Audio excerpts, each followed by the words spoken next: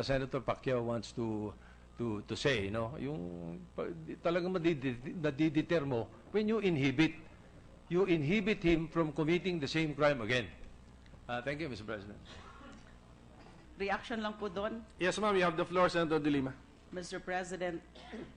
Well, death penalty may inhibit, but and other penalties may also inhibit, like the proper service of reclusion perpetua or life imprisonment. Ang nagiging problema lang, kaya medyo allergic ang iba sa mga kababayan ho natin, na bakit pa yan na life imprisonment na ganyan ang naging buhay ng mga ilan ng mga drug convicts sa Bilibid. Solusyonan natin yan, bigyan natin ng solusyon, palakasin natin ang correctional system. Baguhin natin yung mga naging masamang sistema sa loob ng National Bilibid Prison. Yung deterrent, death penalty may be a deterrent, life imprisonment may also be a deterrent and even a better deterrent than the death penalty. May I continue, Mr. President? Mr. President, I would like to clarify that I want to know what's the basis of by opposing this death penalty. Is it according to the religious belief or according to the Constitution? Yan po ang gusto kong linawin dito sa Senado at sa buong sambayan ng Pilipino, na ano bang basis natin? Doon tayo because doon yung grupo natin? O ang basis natin is dahil sa ating sarili o sa ating puso? Kasi kung magtutol tayo sa death penalty, are we are greater than God? Even God allowing the death penalty for those who do wrongdoers and those who against the authorities. Can you imagine that, Mr. President? Opposing and God allowing the death penalty in every nation, in every country. And we are opposing the death penalty. Are we greater than God? And that's my question, Mr. President. Mr. President, I'd like to take it as a rhetorical question because I'm the one doing the interpellation here. So is the gentleman asking me? And especially if it's in a biblical matter. Mr. President, I just want to clarify because a lot of people are, there's so many like some of our colleagues that hindi pa po sila nakapag-decide dahil may mga question pa silang dapat itanong. But ito yung mga question siguro na dapat nilang malaman at ang sagot na dapat nilang malaman. So that is just being noted, I suppose, Mr. President. No, ma'am, let's not be too technical about this. During interpellation, a question can be answered by a question, another question. This is just our way of exchanging ideas anyway. So go ahead, ma'am. Senator De Lima has the floor for purposes of interpellation. So go ahead, ma'am. May I continue Yes, ma'am. with my interpellation? Thank you.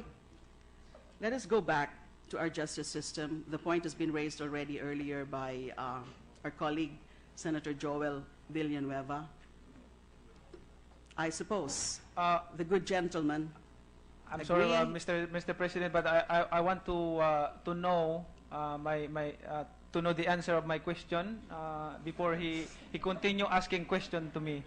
So I will oblige the gentleman. Yes, ma'am, please, because I am against death penalty on legal, moral basis, or on legal, moral, human rights perspective. does that answer satisfy the good senator from Mindanao and the rest And of the I world? would wish to articulate on that in due time in the course of the debate, both at the committee level and at the plenary. Mr. If President, and when- for right now, I'm not satisfied, but we will finish it in the In the committee meeting, Mr. President. Thank you. Can she continue with her interpellation of you, Thank you. Senator Pacquiao? It's my pleasure, Mr. Okay, President. ma'am, go ahead, ma'am. Thank you, Mr. President. Let's go back to the point already raised by Senator Joel Villanueva about our legal system. I suppose the gentleman agrees that we do not have a perfect legal and judicial system.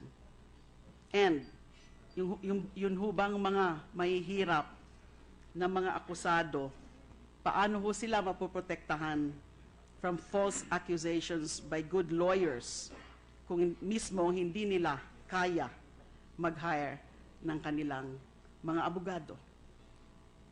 And studies show na yung mga unahong mga napatawan ng death penalty ay karamihan po sa kanila mga mahihirap na mga akusado. And hindi ho ba dapat unahin muna natin to fix our criminal justice system? Dahil mahirap na nga po na magkamali tayo, dahil nga po imperfect ang ating justice and legal system. So bakit po natin ipupush ang death penalty na nandyan palagi ang posibilidad na ang inosente ay pwede na mapatawan ng death penalty? Kasama po yan sa ipaglalaban natin na palakasin, suportahan ang ating judicial system. Lahat po ay kasali po yan sa ipupost natin at pakiusapan natin, ang lahat na kung pwede lang dublihin natin yung budget ng Supreme Court, ng judiciary natin para maayos. Pero nang sa gayon po ay hindi po natin kailangan maghintay ng panahon para maipasa itong death penalty. Ano pong dahilan, hintayin pa ba natin na mas marami pang mga pamilya, mga kabataan na malulong sa droga? Marami pa bang mga pamilya ang mawasak dahil dito sa pinagbabawal na gamot? Hintayin pa ba natin 'yon? Ang pwede po sana unahin muna natin ang pagsasaayos ng ating legal and judicial system bago po ang pagpapataw ng parusang kamatayan para sigurado po tayo na hindi po tayo magkakamali. At bakit po tayo mamadali? Kung kahit ho, halimbawa lang po, ay makumbinsi ho natin ang majority na ipasa ang death penalty, hindi naman po kaagad-agad yan. Dahil syempre, dadaan muna sa proseso. We are looking at the possible execution or implementation of the death sentence only after several years. Bakit dito na muna po tayo? Kailangan po, dito na muna po tayo mag-focus sa paglinis at pagpapalakas ng legal and justice system natin. That's just a... Mr. President, kaya po matagal po umusad yung government natin dahil puro po tayo, dito lang muna tayo, unahin po natin. Bakit po hindi natin kaagad aksyonan ang dapat aksyonan nang sa gayon matapos po natin ang lahat. Kaya po maraming nakabinbin ng mga bills o batas na dapat maipasa at maimplementa sa ating bansa na makatulong para sa makabawas sa pagsugpo ng mga kriminalidad na katulad ng mga karumal-dumal na mga pangyayari, Mr. President. So sabi ko nga, kailangan isipin natin mabuti anong basis natin to oppose the death penalty for drug traffickers. Next point, Mr. President. Dito po sa panukala niyo, nagko-concentrate po kayo sa drug-related offenses, kung saan gusto niyo po ipa-reimpose yung death penalty. Bakit hindi naman po kaya plunder? Hindi po natin pwedeng isipin yon. Hindi niyo po naisip na pwede rin ho natin ipataw ang death penalty sa plunder? Yan nga po, Mr. President, hindi po tayo makausad, Hindi po tayo makausad kung lahat ay unahin natin. So, paisa-isa, ipasa mo po muna natin tong about sa drug, and then after that, we're going to talk about that. hindi naman po yan issue na napag-usapan yung mga bagay na yan. But these drug traffickers going around na nabibiktima ng mga mahihirap na tao, lahat po ay parami ng parami kung pabayaan po natin yan. So, I think, unahin po muna natin siguro ito. Pakilinaw din po sa amin, based on your bill, ano po ba mismo mga aspeto ng drug-related offenses na ang inyong proposal ay dapat death penalty?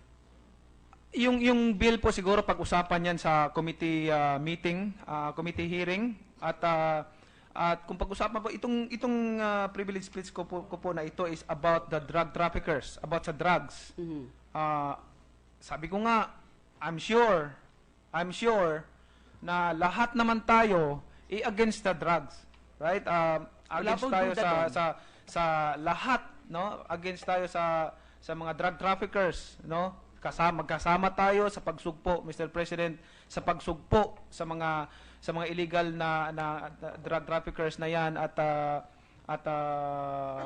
mga karumal-dumal na mga pangyayari na nagaganap. Meron lang po kasi akong napansin na dito sa ilan-ilang mga probisyon dito sa bill ng ating kasamahan ay for example, itong sa Section 2 niya, pinapa-amend ang Section 4 of Article 2 of Republic Act No. 9165, otherwise known as the Comprehensive Dangerous Act. So pinapa-amend niya na may yung penalty of life imprisonment to death, yung tungkol sa importation, and meron din kayong dinagdag ho dito, yung protector, cuddler of any violator of the provisions in this section. Bago pong provision ito, ano po? Opo, at excited po ako dyan na pag-usapan yung bagay na yan sa committee meeting. Sa committee meeting po. Okay.